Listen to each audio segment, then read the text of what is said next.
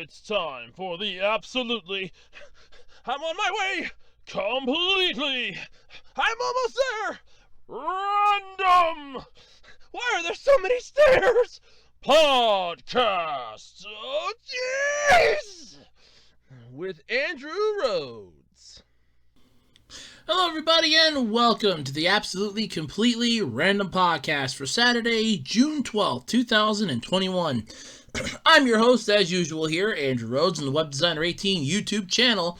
And what do I got to talk about this week on the podcast? Well, I'm kind of glad you asked. Oh, it's going to be a good one. Apparently, Logan Paul, the infamous YouTuber, he wore a Pokemon card to his exhibition fight with Floyd Mayweather. Can't pronounce that yet. And he says it's now worth $1 million.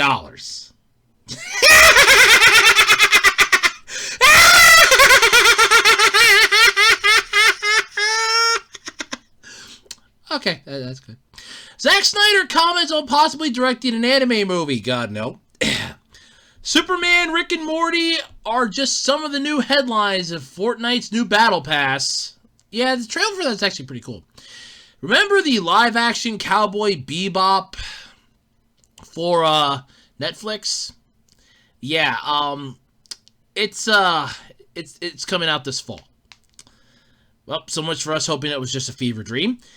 And I have got to say, one of the weirdest things I have ever seen in regards to, hell, anything. This is just weird as all hell. I'm going to mispronounce this, I know it, but I apologize. The Pui Pui Molcar.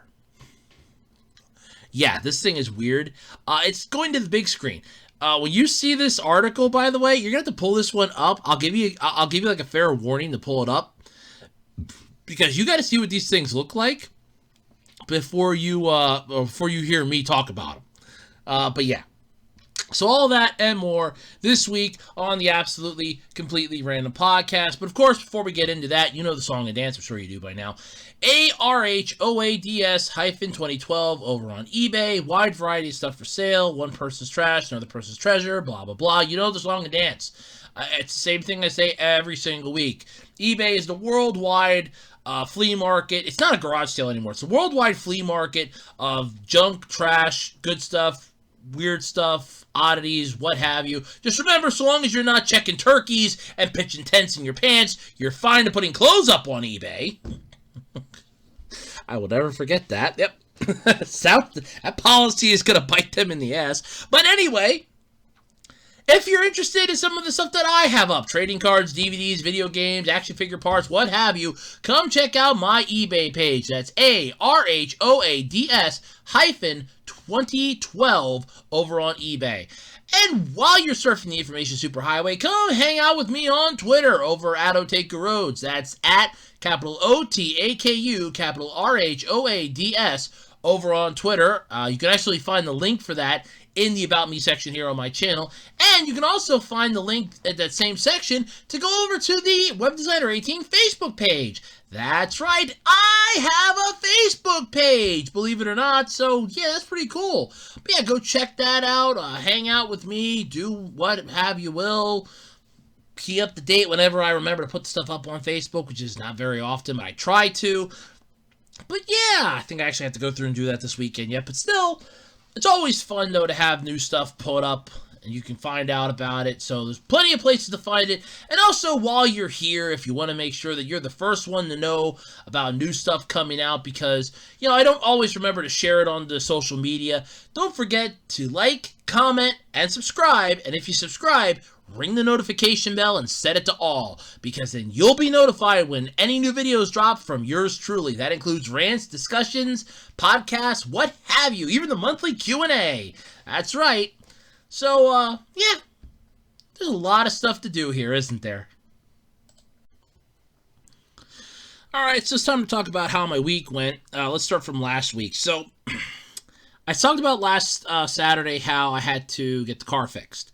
Well, got the fuel pump replaced, happily. I don't think that was the complete and total solution, but for now, it seems to work. I still think I got to replace the spark plugs and the ignition coils. The coils are easy to replace. I can actually do that, but it's the spark plugs that I'm kind of hesitant on doing myself, because if you break those, you're fucked, so I really don't want to do that on my own. So I'm reaching out to some of my friends online to see if any of them know how to change spark plugs and if they're willing to come out. Otherwise, I'm seriously going to have to find somebody, because I think those need to be changed out. I really do. But there was that. Monday was uneventful. Tuesday was uneventful. Wednesday I had a horrible day at work, and then it was really super hot out, and I was kind of exhausted, drenched in sweat. Thursday was peaceful in a way. Friday, here we go. This has got to be the first time this has ever happened to me. So, well, this is the first time this has ever happened to me. It's my worst dream, or one of my worst dreams for work, but it happened. So, I go to work, and I'm like, okay, wait in the parking lot like I usually do. About quarter of, I walk up to the door, wait for my supervisor to show up, because that's what we do. And nobody shows up. And I'm waiting, and I'm waiting, and I'm waiting, and I'm waiting, and I'm waiting, and I'm waiting, and I'm waiting, and nobody shows up. Well, it starts to rain, so I go back to the car, because it's an outdoor thing. I don't want to get soaking wet. So I go back to the car, and it's like, what the hell? I'm waiting, and I'm waiting, and I'm waiting. I texted her to find out, hey, did we get the day off? Nobody told me. I'm texting the store manager. I'm like, hey, did we get the day off? Nobody told me. And finally, like an hour and a half later, I get an answer. Yes, you had the day off. They called you and told you. Nobody called me. Nobody told me. And I was basically wasted a morning. So that was fun. That was the start of my horrible day. Then I go to start the car. Well, it did the same thing it did last week. It didn't want to start right. I swear I was driving on like 2 cylinders. And I'm like, oh, this is great. I had to stop at the post office, which at 7 o'clock in the morning, it's not yet open, so I had to sit out in the parking lot and wait. I sat through, I think before I actually got home on Friday, I sat through 2 fucking rainstorms.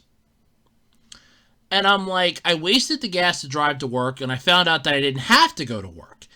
Then I basically go home. My mom's shocked that I'm home so damn early, and I'm telling her the whole story, and she's like, the whole day I'm still pissed.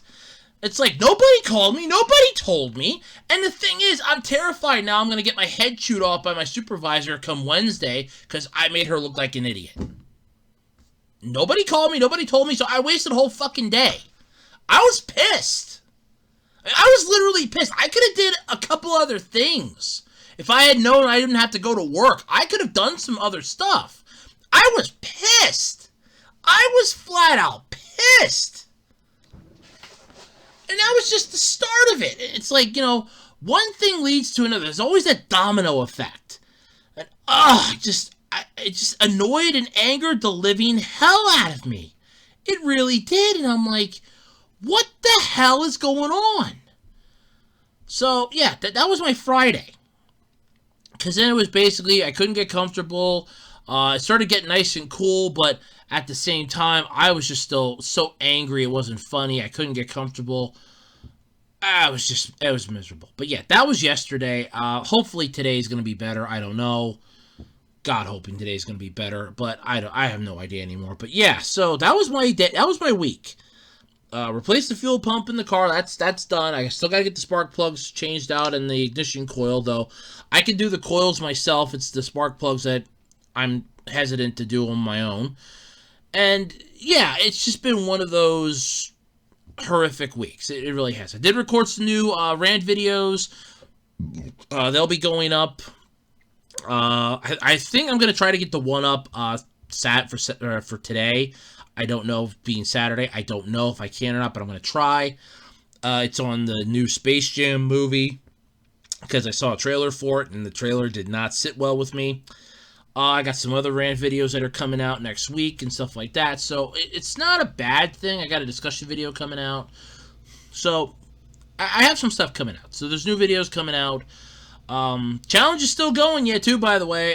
We got close. I had like 100-something views. I think it's like 201 on my Teen Titans Go See Space Jam video, so that was pretty cool. Yeah, a long way to go. I do have a consolation prize, though, that I'll probably that I will announce when and if.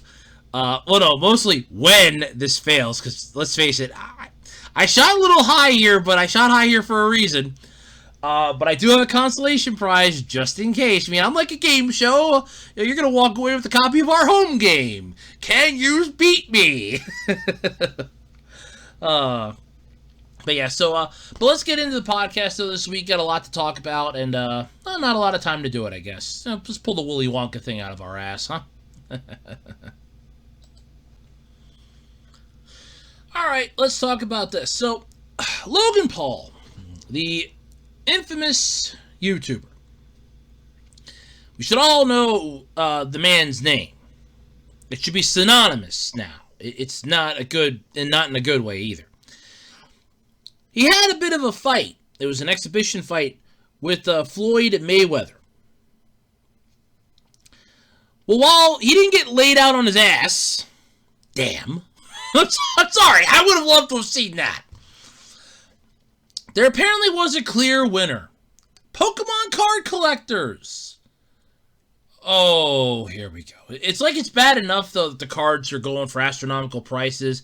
Some stores are temporarily yanking them off the shelves because of people trying to kill each other for them. But yeah, sure, let's just go for this one, shall we? All right, here we go.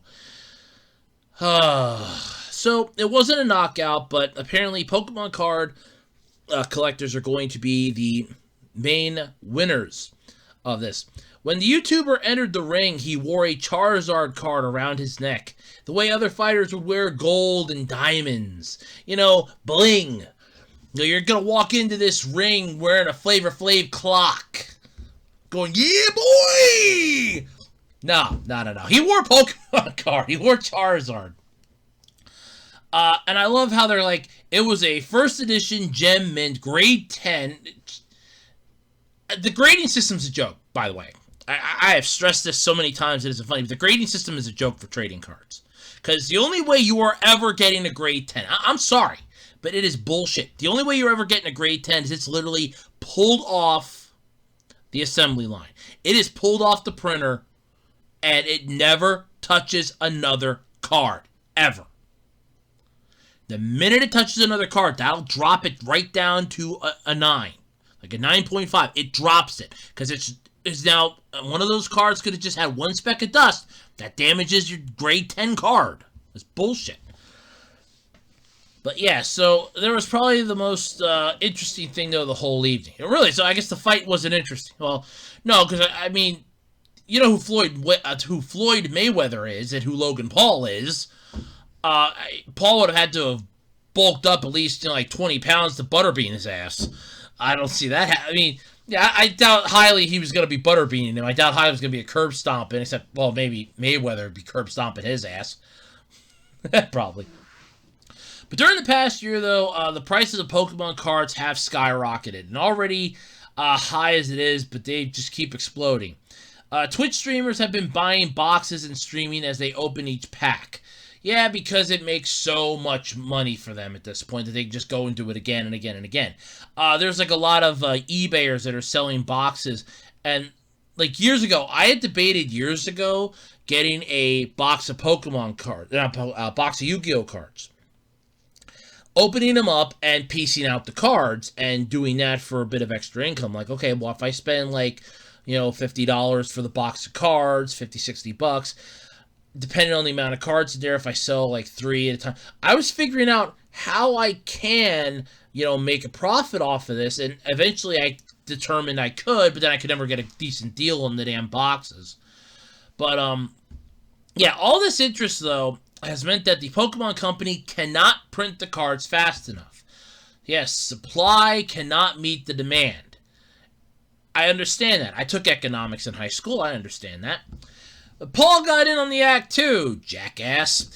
And big time as well, since he made his videos like, I bought a $200,000 box of Pokemon cards.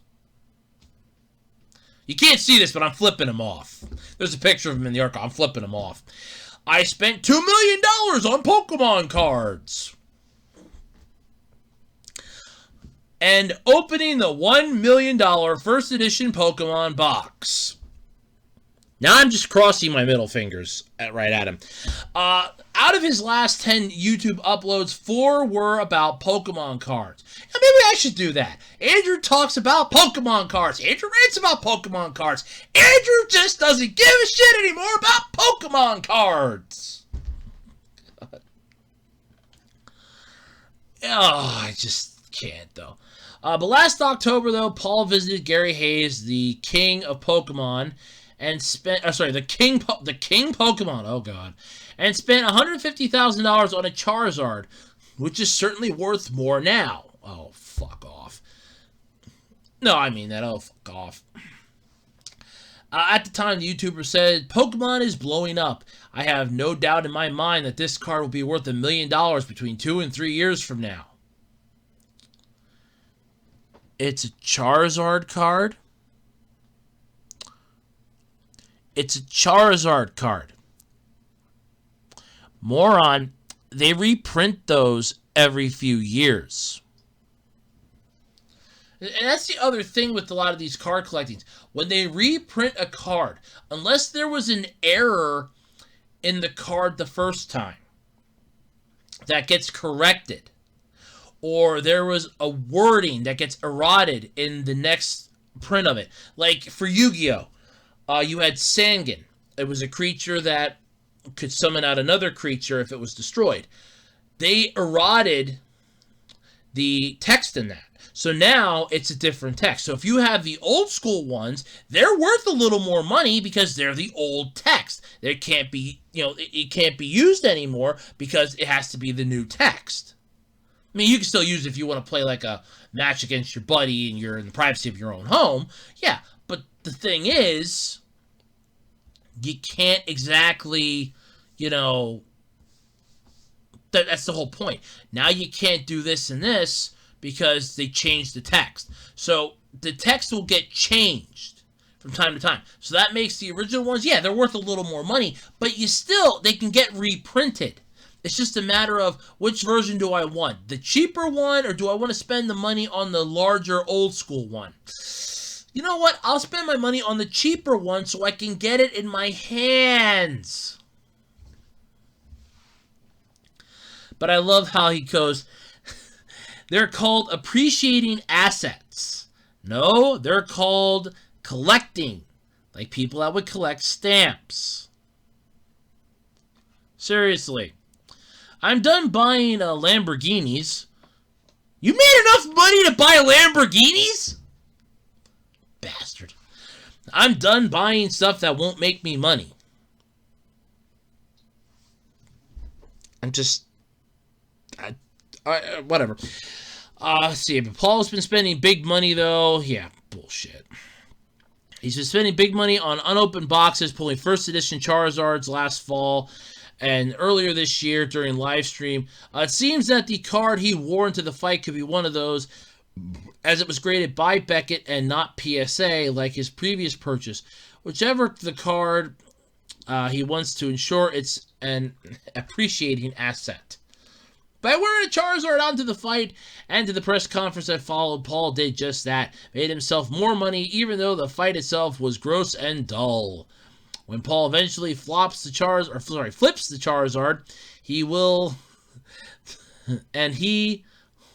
the card itself is now inheritably more valuable. Oh, no, fuck that. Some of the value that he and the others assigned to it, though, are going to be worth more than last time. Blah, blah, blah. Basically, here's the thing. He's putting an extremely high arbitrary value onto a card just because he wore it to one event.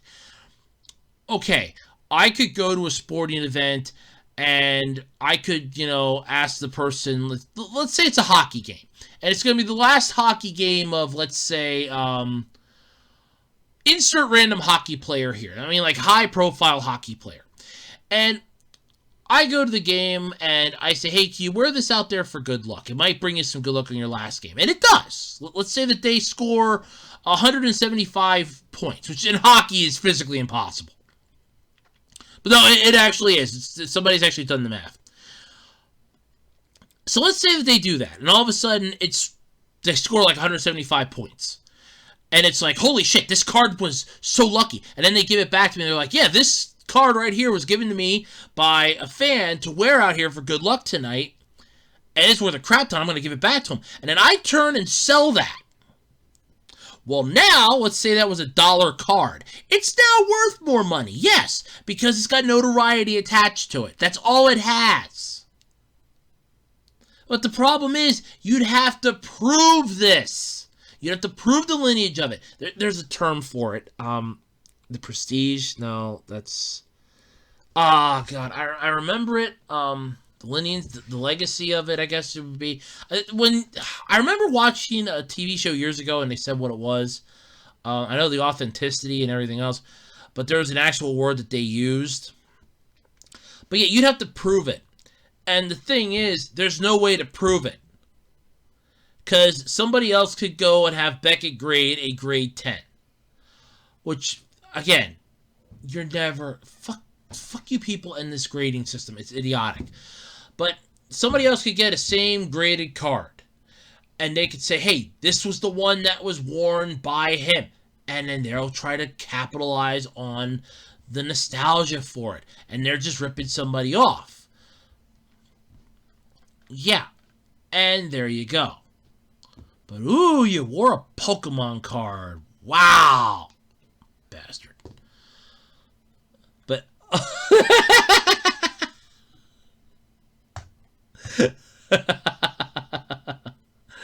Oh, but yeah. But anyway, Paul held up the card to show the press, adding, I mean, now, shit, this is $1 million card, baby. This is the card I walked out with to the Floyd Mayweather fight. This is $1 million card. First off, kiss off. Kiss the hell off. But I like this, though. This is the best part of this. Ready? Tonight, a cocky YouTuber and an aging pugilist threw some punches, grappled, and collected massive payouts. It was an exhibition bout, a stunt, a show. But maybe, just maybe, the main event was that Pokemon trading cards just reached an even larger audience, making valuable ones like Gem Mint Charizards even more so. I like that, a cocky YouTuber. Yeah, that fits into a T. So, yeah. But, ooh, wow, it's a Charizard first edition. Oh, yeah. Dude, it's a fucking Charizard. They reprint these things. But it's the first edition. They reprint them. And you're never getting a grade 10. I cannot stress that enough. That's the one thing that's really pissing me off, is that a lot of people go, oh, well, I got a grade 10 card. I pulled it right out of the pack. No.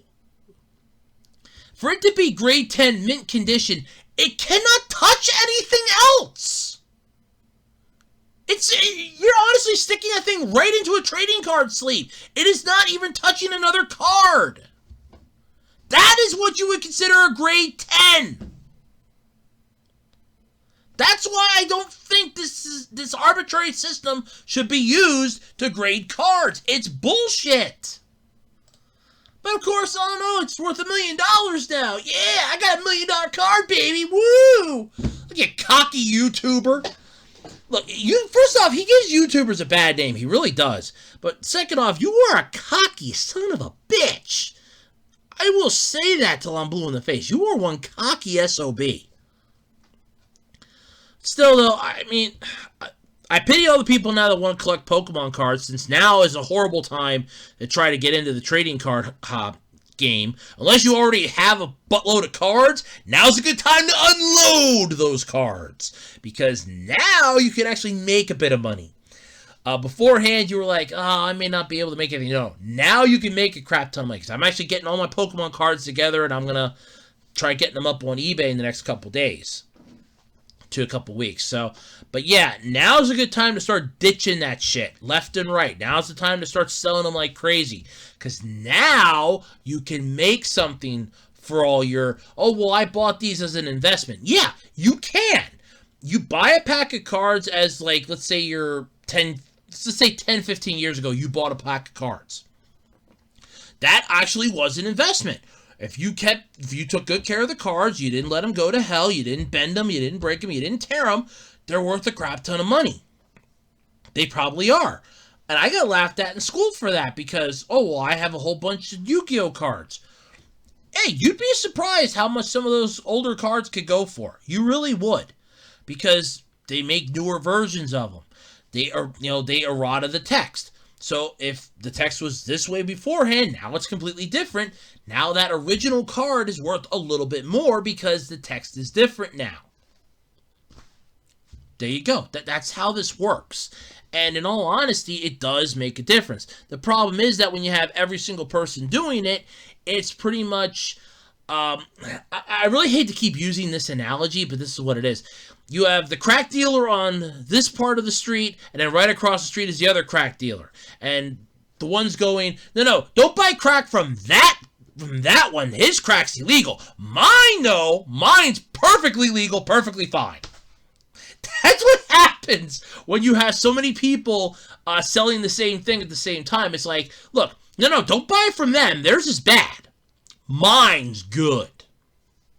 Yeah, that's what happens. But as far as Logan Paul wearing a card making it worth $1 million, go kiss my ass. You did not do anything other than be a cocky YouTuber, go out, throw a couple punches with an aging person, and then make a big spectacle about it. That's all you fucking did, and nothing more.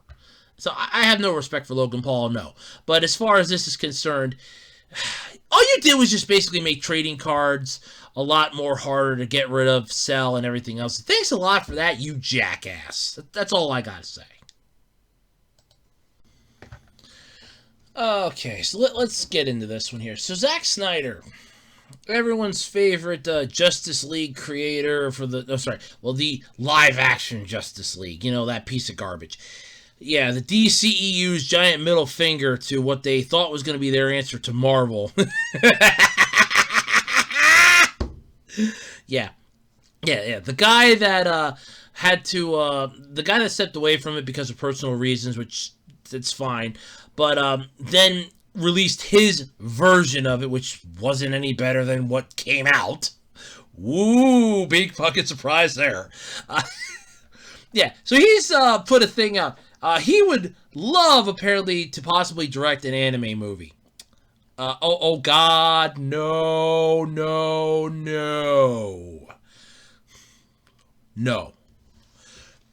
So during a recent interview, YouTuber Tyrone Magnus asked director Zack Snyder, Man of Steel, Justice League, blah, blah, blah, about the possibility of directing anime movies. Would you do an anime movie? But more specifically, Dragon Ball Z, asked Magnus. I get that question so much to ask you. Snyder's response: yeah, I would consider that if it came around, but definitely I would do an anime. Like remake or live action, said Snyder. That would be fun, because I love animation, and I've been watching a fair amount of it. I've been watching a fair amount... I watch a ton of anime with my kid who's too young to watch it, but we watch it anyway. So, in other words, people want Zack Snyder to make a live-action Dragon Ball Z movie. Do we not remember what happened with Dragon Ball Evolution? That thing was not accepted by the fan base. That was hot garbage. And now they want the guy who, in an interview, I cannot keep denying this, I will bring it up 1,000 times, made the comment that he would put rape in a Batman movie, where Batman would get bent over in a damn shower, and that would be the end of it. This is the guy that you want to direct an anime movie. And it's like, oh yeah, no, Zack Snyder, all of this, like, everybody's like, oh, he's Zack Snyder, he can do no wrong. No, Zack Snyder can do a lot of wrong. The problem is that you just don't realize how wrong he can be. I mean, the Zack Snyder cut. Dude, there was nothing impressive about the Snyder cut of fucking Justice League. It was like, oh, wow. It was like, what, 2 extra scenes and something else? Wow! Big improvement to the movie! Oh, wait. No, it wasn't. It was not that big of an improvement. It was not that big of a deal. It was a joke. The guy directed Man of Steel. Oh, yeah. Let's remember how well that movie was for a moment. Oh, yeah, that's right. It sucked. And this is the guy you want to direct an anime? Are you people out of your mind? But yeah, I would definitely do it like a remake or live action. No. Come on. Stay the hell away from anime. Okay? I love animation. Fine. Go work for Warner Brothers and animate one of their, do one of their movies or something. Here's an idea. Go animate a Teen Titans movie. Then you'll really piss people off. Better yet, go do something else. Stay the hell out of Warner Brothers. Stay the hell away from directing. Go make little flash animations or little CGI stuff and put that up online. Stay out of directing. Oh, wow, the Snyder Cut. Who fucking cares? This guy has no credibility left. And everybody's like, oh, Zack Snyder's the greatest director that ever lived. No, he's not the greatest director that ever lived. I can think of 150 other people that are probably better directors than this guy is. Seriously. And it's like, oh, well, he's the greatest director that ever lived because he knows how to reach people. Yeah, so does a phone book. So does a computer. So does a phone. Everybody knows how to reach people. It's just, you want to reach them the right way. I mean, writers know how to reach people. Animators know how to reach people. Come off of it. Oh, but he'd love to do an anime movie. Oh, no, oh my God. I would let loose a torrent of rants, the likes of which the world had never seen before, and I would probably go hoarse doing it. That, to me, feels more annoying than anything else. But would you do a Dragon Ball Z? First off, leave DBZ the hell alone. Dragon Ball Evolution was supposed to be, when it was originally announced, it was going to be a DBZ movie. Then, it was changed to a Dragon Ball movie. And then we got whatever the hell that bastardized version of Beverly Hills 90210 was.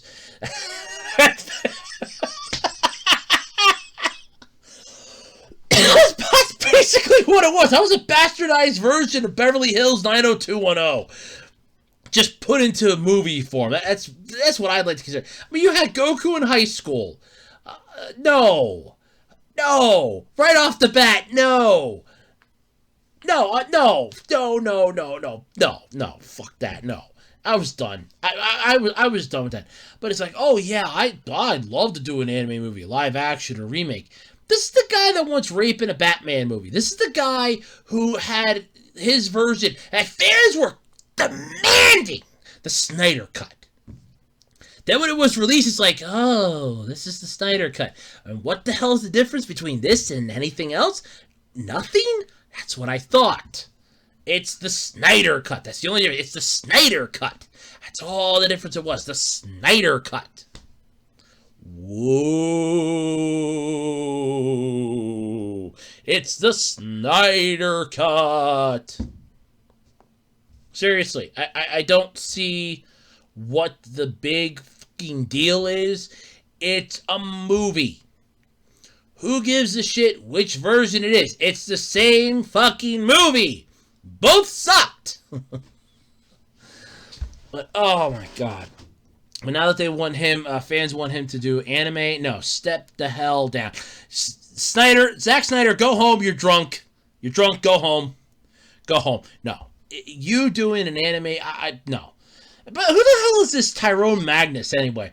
That you're actually asking him, that you're interviewing him and you're enjoying this. Like, yeah, I get asked this question all the time to ask you, would you do an anime movie, but more specifically Dragon Ball Z? Why do you people want him to do DBZ?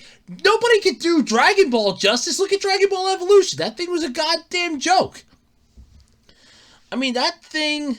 Yeah, so I actually like it down here in the article. They go, a live-action Hollywood movie of Dragon Ball Z called Dragon Ball Evolution has been made, though it was generally unpopular with the fan base. That's being generous. We flat out hated it. the fan base of Dragon Ball in general, not just Dragon Ball Z, but Dragon Ball in general. That includes Dragon Ball, Dragon Ball Z. I'll even throw Kai, Super, and for a lesser term, GT. We threw all those were under the Dragon Ball umbrella. All the fan bases were not happy with that. That was bastardized garbage. And you guys want Zack Snyder? This is the guy that couldn't even do a freaking movie justice. And you want him to do a live-action DBZ movie? Are you people smoking crack or something? I don't get it. But yeah, no. I'm not for this. I'm against this. I'm heavily against this. That's where I stand. I'm heavily against this. But I like the one comment on here. It's like, live-action Snyder? Oh, live-action by Snyder? Okay. Dragon Ball Z? Please don't. This person, though, would love to see a live-action Black Lagoon. And there are some anime series that do work. That could work as a live-action. Like the science fiction genre, like I said many times, because you can suspend disbelief.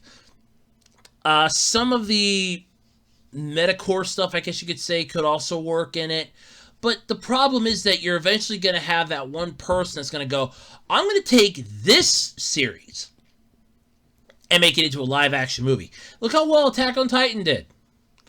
I think Fullmetal Alchemist was a better live-action adaptation. Then you had, what was it? Oh, there's been so many that are garbage. There was a Gundam one, G-Savior. That was garbage. I watched the trailer for it, and I'm kind of glad I didn't spend the $15 on the movie. But you had that. We had Dragon Ball Evolution. Rurouni Kenshin worked really well for a live action because it's a samurai. It's basically just a samurai flick. That's it. That works. Oh, it's a samurai flick with names, taken from a series. That's fine. It's still a samurai movie at the end of the day. It's a samurai movie. That's all it is. But no, I am not for Snyder making a live action movie. I don't want him touching anime. I want him far the hell away from anime.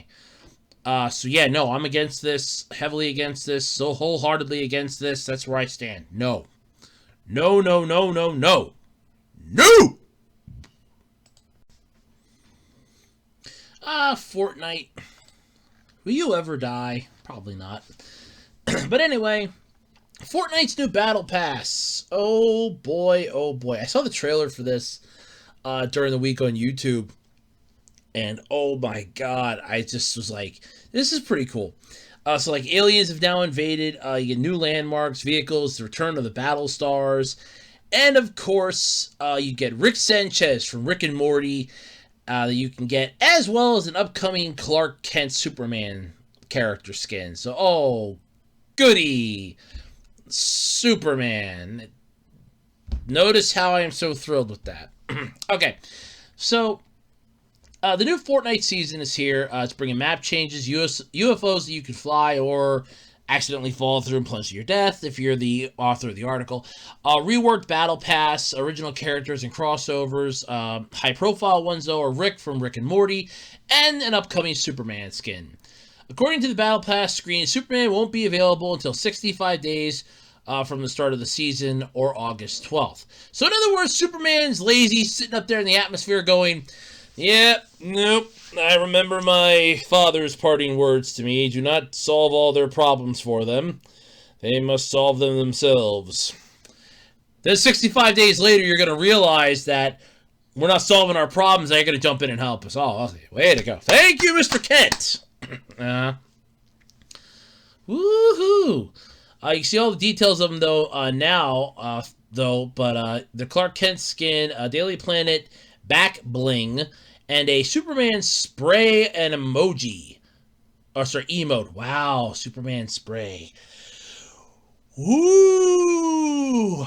Though completing quests in games, you'll be able to unlock a style and transformation and that transforms Clark Kent into Superman. Mild reporter Clark Kent goes into a phone booth, and after doing some weird dance and taking off his pants, becomes Superman. I'll go to hell for that one. It's going to be worth it. However, though, if you don't care about playing as, Superman, come in 65 days, kiss off. You can go as Rick and Morty instead, or Rick from Rick and Morty. Though you're going to need to level up, though, pretty far in the Battle Pass to get it all, or at least to get it. So it features, you're going to love this, a 2D Rick, a harvesting tool of Morty-shaped, like a very upset hammer, which is, that hammer looks really upset. A butter robot, back bling. You remember the butter robot, what is my purpose? You serve butter. Oh my god. Yeah. A load screen, and a UFO glider, along with a colorful gun wrap. And it's not, the sad part is, it looks like it's Rick's car, but I don't think it is Rick's. It looks like Rick's car, but it's missing a little bit for it to be Rick's car. Unless it's just turned around and I can't tell. But it looks it does look like Rick's car, though, I'm not going to lie. So you get the colorful gun wrap, a spray, a load screen, and a vaguely unsettling emote called the Rick Dance. Oh, God. Well, I can't wait to see somebody sue over that. But, however, if you want to unlock all this stuff, it works a little differently this time. Yep. Apparently, in previous seasons, you didn't have to do what you're going to have to do in this one. In recent seasons, you would automatically get a level's rewards as you leveled up through the pass. Now, leveling up grants you battle stars, which you might remember from past seasons when you needed a certain number of them to unlock the next pass tier. For Season 7, you spend your stars to choose rewards on a certain page of the Battle Pass, with different items costing different number of stars. To unlock items on subsequent pages, you need to have either purchased a certain number of items on the previous page or reach a certain level of the Battle Pass. Rick will be unlocked by reaching level 90 or by spending your stars on 90 other items. Yeah, that'll work out well. I like the choice of the new system, as well as the flexibility of unlocking new pages either by buying previous items or by leveling up. It will be nice not to have a ton of items I have no intention of equipping cluttering up my inventory, the author of the article states. Honestly, as somebody that's played RPG games, yeah, I would definitely agree with that. You don't want useless items clogging your inventory. I remember when I was playing Golden Sun all the time, it's like, oh, I have a nut, I have a herb, I have an empty bottle. Okay, what can I get rid of? Because I can only have like 30 slots in here per character. What can I get rid of to basically alleviate myself of this nightmare? And you just go through the entire song and dance of what do I need to get rid of, and bam, that's what you get rid of. But there are other changes, though, for Season 7, too, including a new alien landscape, where the spire that used to be, due to some story stuff, Epic released, anticlimactically in the trailer rather than through an in-game event. There are UFOs you can fly, which have tractor beams that can lift up your teammates. There are also new crafting items, nuts and bolts, that you can use to make weapons that have been vaulted in previous seasons. And there's a customizable alien skin, which looks like it has a lot of flexibility. Ooh. Apparently, loot llamas are going to work differently now, too. Instead of standing still, they run around the map, making noise and dropping items. This scared the ever-loving shit out of the author in the morning, so you got to be warned about that. But yeah, it's nice to see Fortnite's expanding their, stuff. They're still going strong, but eventually this thing's going to have its day in the sun, and it'll eventually go away. But I got to admit, for now, though, it's not a bad thing seeing this, but yeah, in all honesty, if I played Fortnite, I would probably go with Rick Sanchez. No offense. As far as Clark Kent's concerned, go kiss off, Kent. I was never a fan of Superman.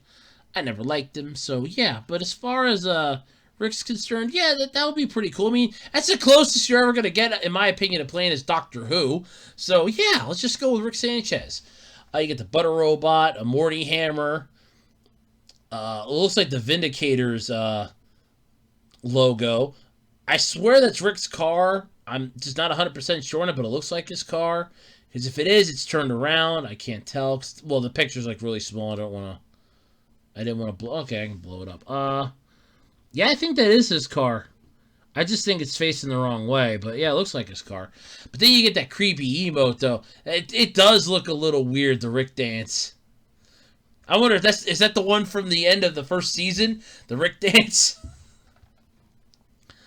Oh, yeah. I'll have to watch. Oh, there is a thing. Hold on. Let me mute my audio here just in case. And then click on Mr. Happy Link here. Okay, here we go. Okay, it's the Rick Dance emote comparison. After the ad loads, I'll be able to see it. I could give a crap about Snake Eyes. There we go. Just skip ad. All right, here we go. Yep, it is. It is the Rick Dance from the season finale of the first episode of the first season. So yeah. Oh wow. Yeah, it is the Rick. Oh my god, it is the Rick Dance. Okay, so there actually is a thing. There's a link that'll take you right to the YouTube page where they do the comparison. There is a song, though, so that's why I'm not listening to the song. But, yeah, it is the Rick Dance. It is unsettling. I will not lie, but that is unsettling. The comment, what the hell was that?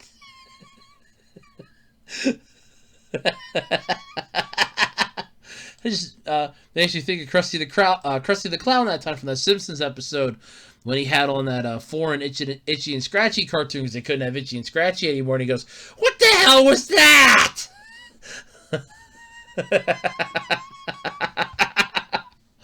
But yeah, that was unsettling. Oh my god, that was unsettling.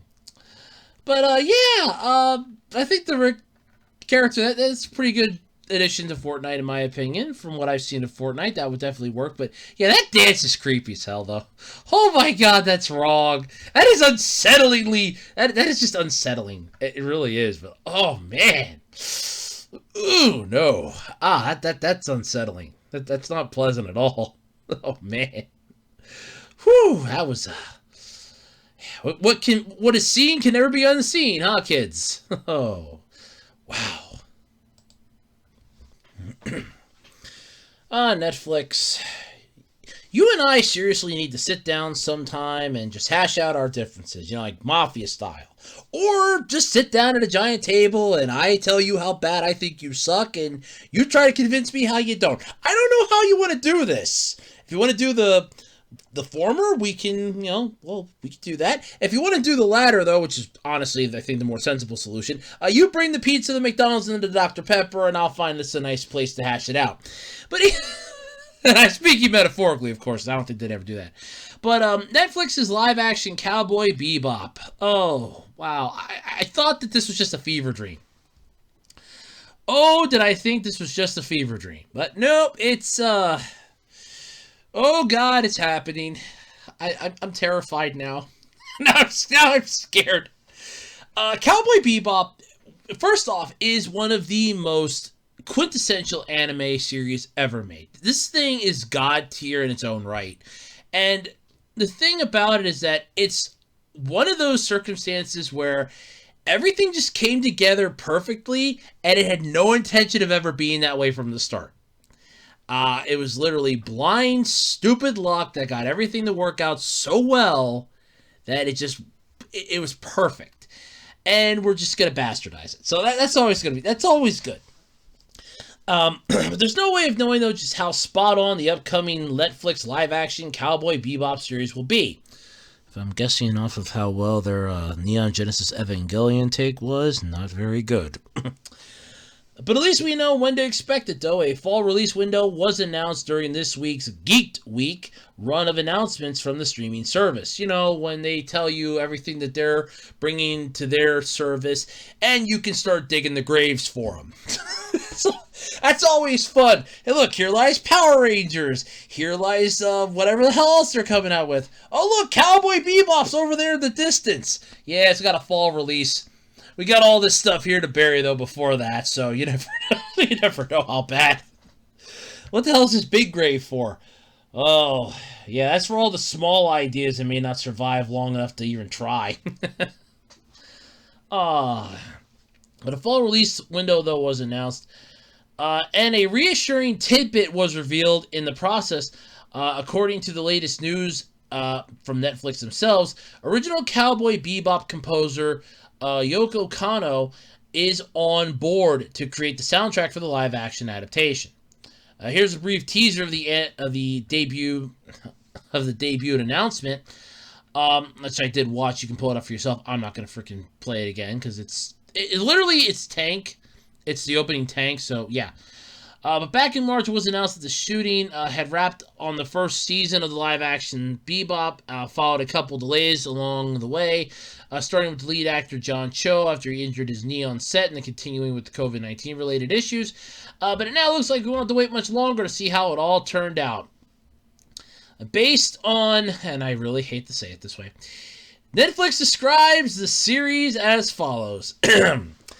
Based on the worldwide phenomenon from Sunrise Incorporated, Cowboy Bebop is the jazz-inspired, genre-bending story of Spike Spiegel, Jet Black, Faye Valentine, and Radical Ed, a ragtag crew of bounty hunters on the run from their past as they hunt down the solar system's most dangerous criminals. They'll even save the world for the right price. It's not even accurate, to be honest with you. Did they ever save the world? No. No, they didn't ever actually save the world.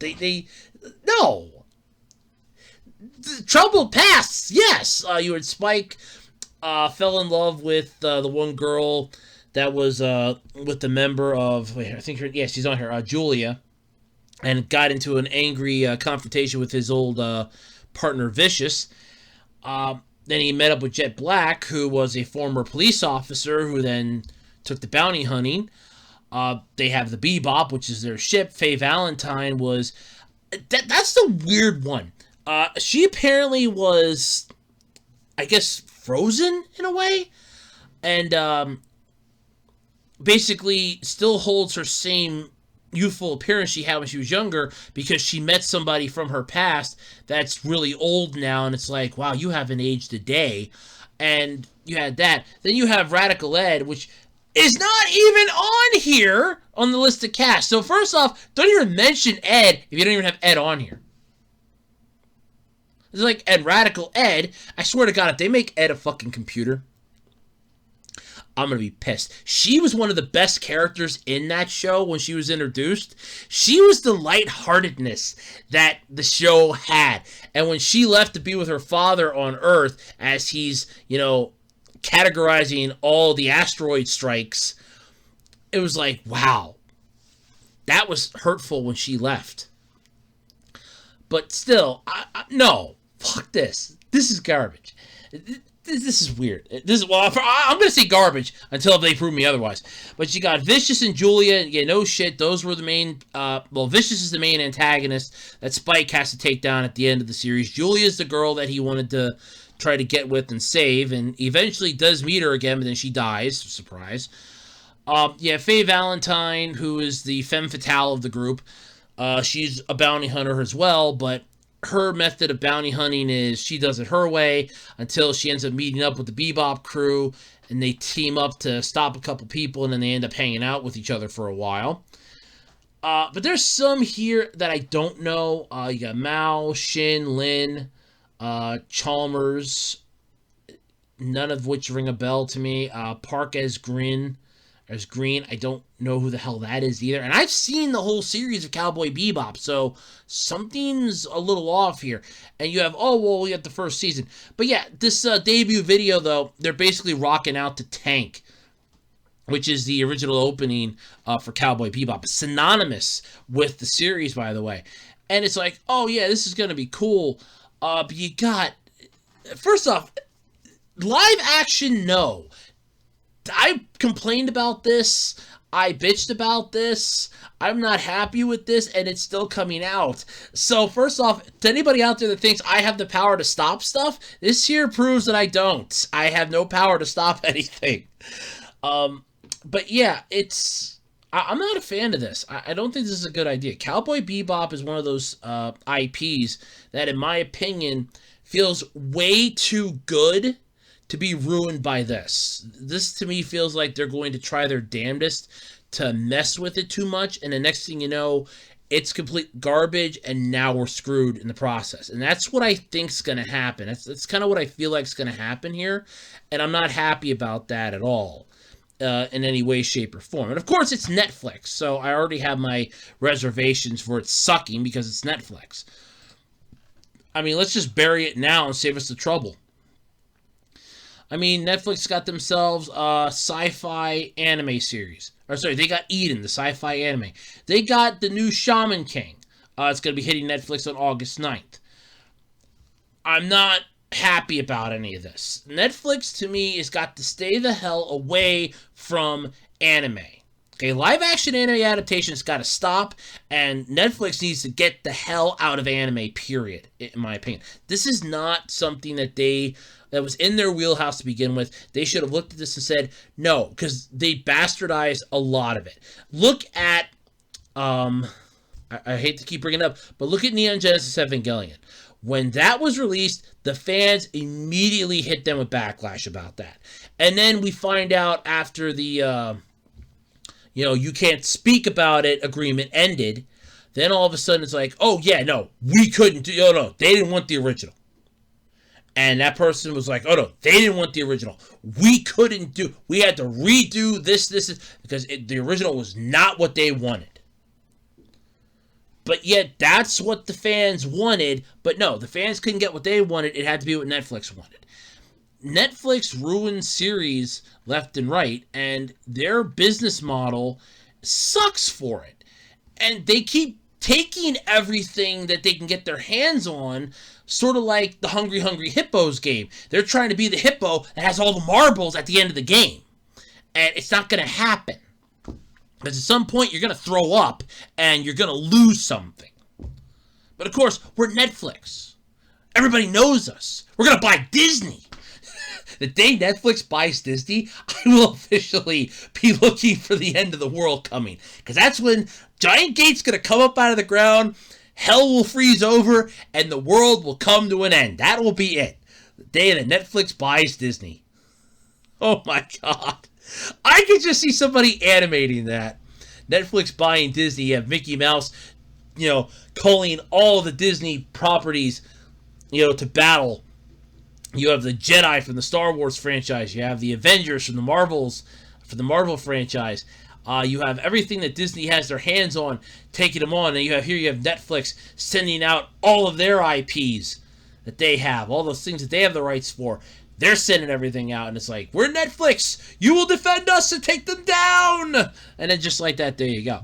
But no, I'm not gung-ho on this. I don't like this idea. I never liked the live-action Cowboy Bebop. When I brought this up, as my mom knew what Cowboy Bebop was, and I told her about it the one time. I said, oh yeah, as I was reading, I'm like, oh yeah, they're coming out with a live-action Cowboy Bebop.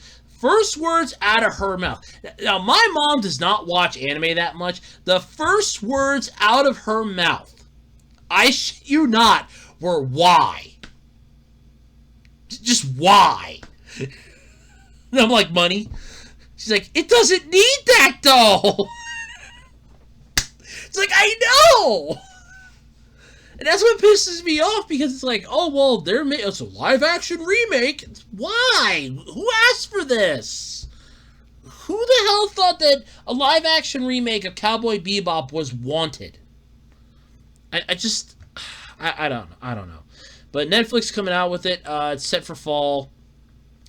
Yoko Kanno is going to be on music again, and I weep for everything. And I love how they describe the series, but yet you don't have Radical Ed here in your list of characters. So, first off, get her name off of that synopsis if you're describing the series, because she's not here. And I swear to God, if they make Ed a boy, I will fucking lose it. I think a dozen other people will fucking lose it, and that will be it. Watch the original Cowboy Bebop, and if they make Ed a boy, I can see people losing their shit. That will be it. That'll be it, folks. That'll be it. It'll be done. Oh, God. Nobody, they will not survive that one.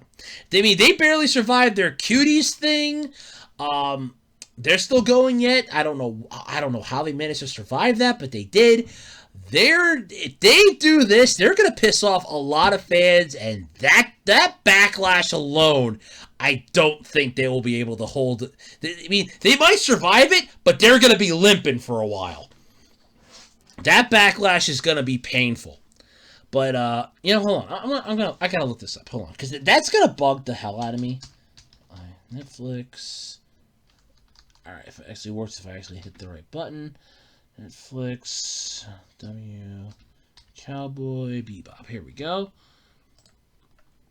I swear to God, if they are going to have this in here. Oh wow! So that's what they got. Well, no, I'm not. Wow, that's horrible. Let's see, here we go. Mal. Okay, so we got John Cho playing Spike Spiegel, which sadly I could buy that in a way. Daniela Pineda is Faye Valentine. Mustafa. Shakar is Jet Black. Alex Hassel is Vicious. Ellen Satine is Julia. Mason Alexander is Gren. Yeah, okay, I think the name's starting to come back to me now. Let's see here. You got Rachel House as Mao. Jeff Soltis as Chalmers. And Anna is Tamara Tooney. I don't. Something's weird here. I'm telling you. I'm not feeling this. You got Cowboy Bebop characters. Yeah, I don't see Ed on here. Okay, here we go. Additionally, the characters Edward, Radical Ed, Wong Hu, Pepelu, Taruski the Fourth, and Ein will also appear in the show. The later is played by a dog actor named after the character. Yeah, just call her Radical Ed, because even I could never get that name right the first time. And she was a major character.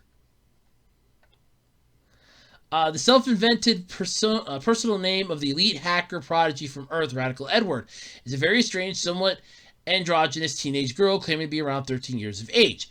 Her mannerisms include walking around barefooted, performing strange postures, and her gangling walk.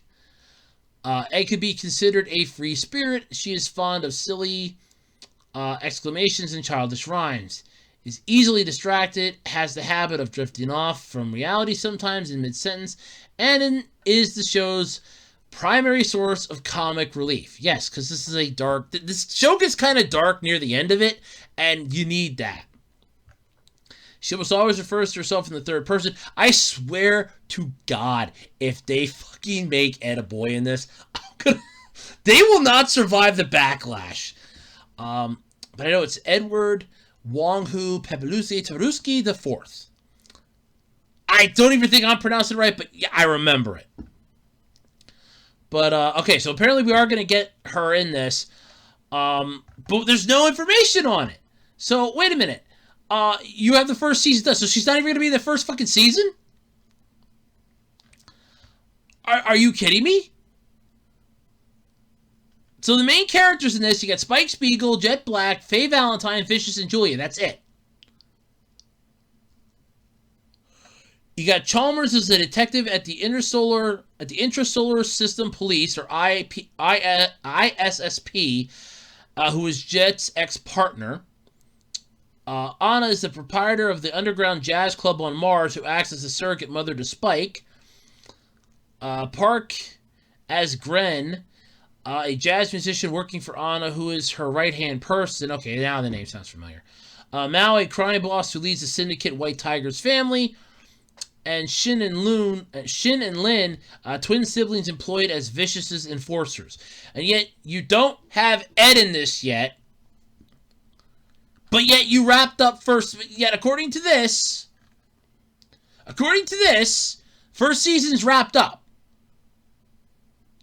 And you don't have Ed in the first season. So there goes your show, because you don't have Ed. When the hell was Ed introduced? Ed was introduced in what? Episode... What episode was she introduced in? What episode was she introduced in?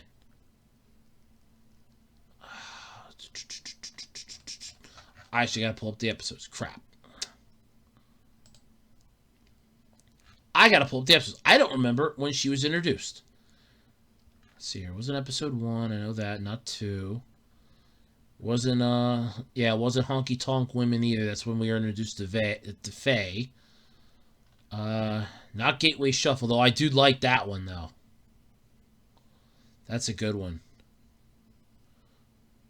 That's good. That's where they trap the, that's where they trap them in the, hyperspace. Yeah, that was pretty good. Battle Fallen Angels. Episode 9. Jamming with Edward.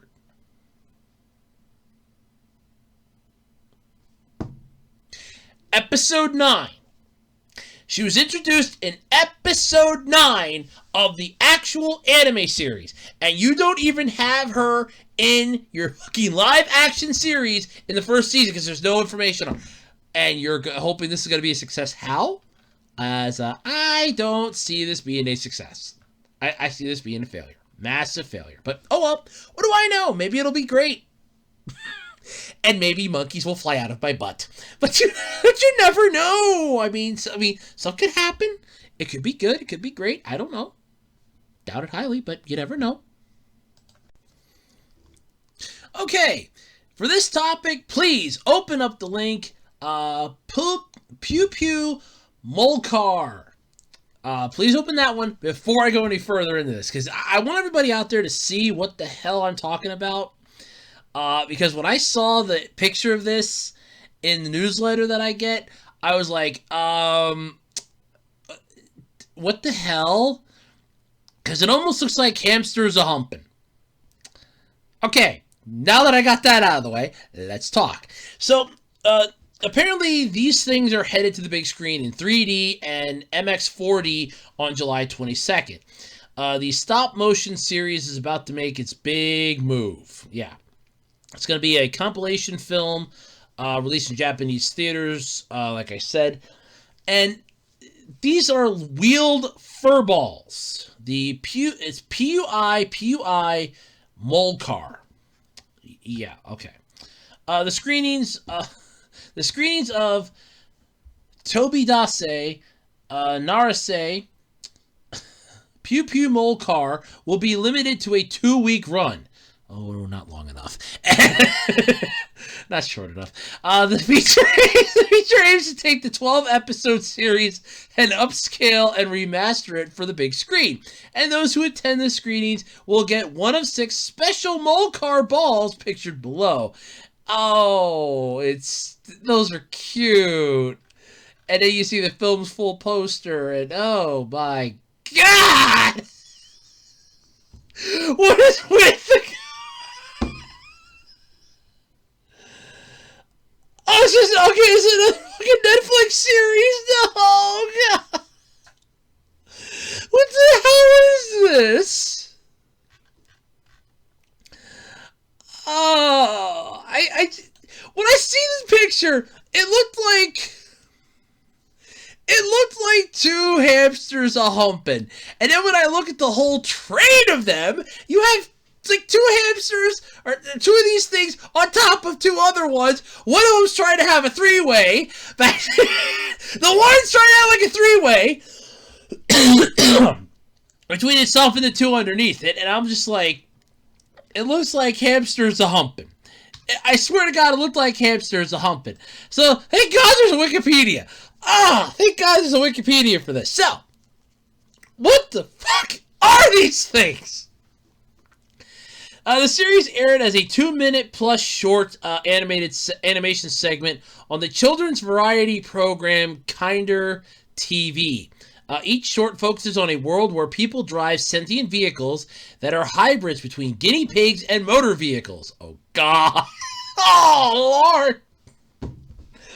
Okay. Though each episode's story varies, the core focus of the series focuses on the Molcars' antics and sometimes a bit of solving problems for their friends and their drivers. Episodes sometimes include parodies of famous movie genres for comedic effect. Oh, they have character names. Oh, God. Oh, God. So, we have Potato, a male beige Molcar with brown patches. He is shown to be laid back, but also ready to help anyone in need. Something that is proven by helping out an ambulance Molcar weave through a traffic jam. Shown to like carrots. Shiromo, a male white Molcar with a cowardly personality who easily gets into trouble. He yearns for Teddy like an older sister, but his bad luck always leads him to trouble, from being Molcar jacked to becoming a zombie Molcar, shown to like lettuce. Molcar jacked? Wait, these things can be stolen too? They're sentient cars! How do you steal a sentient car? Abby, an off-white male Molcar with a spiky top and beginner's marks on the side, has a fear of cats, which it had overcame with the help of its friends. He's also profiled to be serious, curious, and extremely proud. Choco, a female chocolate brown Molcar with flowers on her ears / side mirrors. Although profiled as somewhat of a fashionista, she also is shown to be strong and fit. And then you have Teddy, a female dark brown Molcar who is known to eat anything, including garbage. Profiled as a tomboy, she has also showed a fearless personality, being able to face the zombie horde with weapons in and teaming up with Choco on a rescue mission. What the fuck is this? What the fuck is this? What the hell is this? Oh my god! And this came out literally this year! And what the hell is this? Oh my god! It's got 12 episodes! Oh god!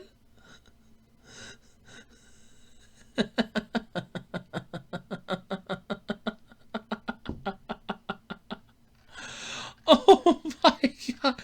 And you look at these things, and then you like, what the hell? There's one flying in the sky, and it looks like one that's jamming out to a beatbox in the back, and I was like, what the fuck is this?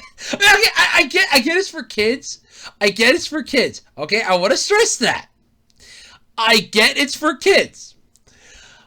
I'm looking at this from the point of view as I'm an adult. And I'm trying to figure out what the audience is thinking with this. And it terrifies me. It's like the plot. I mean, you look at this thing. They're sentient cars. They're sentient. They're sentient. They're sentient and they can get carjacked. I'm sorry. They get Molcar hijacked. The sentient car can get hijacked. Why are you taking me? Oh, your owner said I could drive you around for the afternoon. You wouldn't mind? Oh, okay. It's... Oh, my God. I can't. I mean, this looks cool. I mean, if I'd be a kid, don't get me wrong, I would probably be watching the hell out of this. I remember when I was a kid, I would watch the Big Garage on TLC. I liked the original Bob the Builder, not the bastardized version that PBS shoved down our throat, but the original Nick Jr. version. I liked the sentient vehicle sort of aspect. I thought that was pretty cool. This, I don't know what to say about this. I'm enjoying this for a weird standpoint. But at the same time, the person in me is trying to figure out what this is.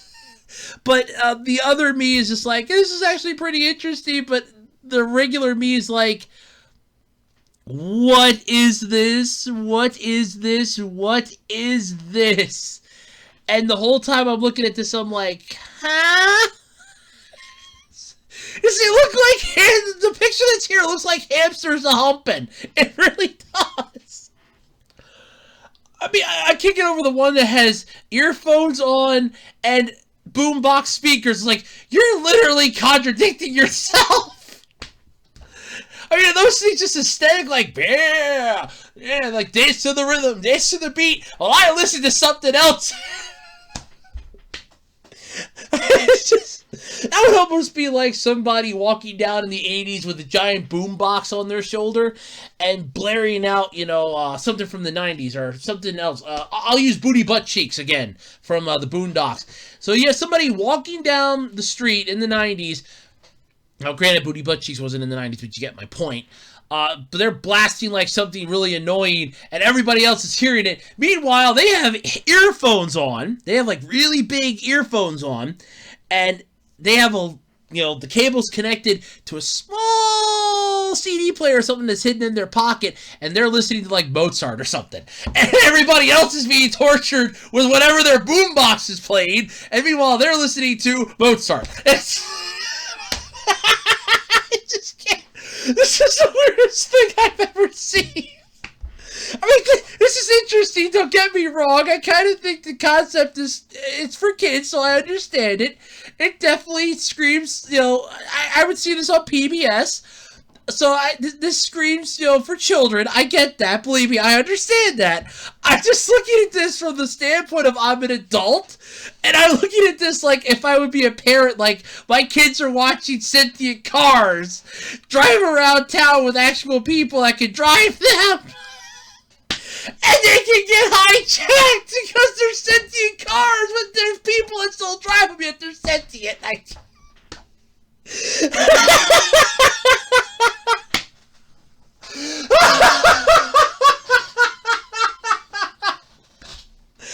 just love this. This is funny as hell. I wish you weren't on Netflix. I'd love to watch this. Pui Pui Molcars. Oh my god, this is so weird. Well, I definitely have to say, this is by far the funniest thing I have seen so far on the podcast. This is definitely a number 2 on my list. We all know the Sailor Moon condom's never getting itself beaten down, but this is now in the number 2 spot. Oh my god. They're gerbils that are mixed up with cars.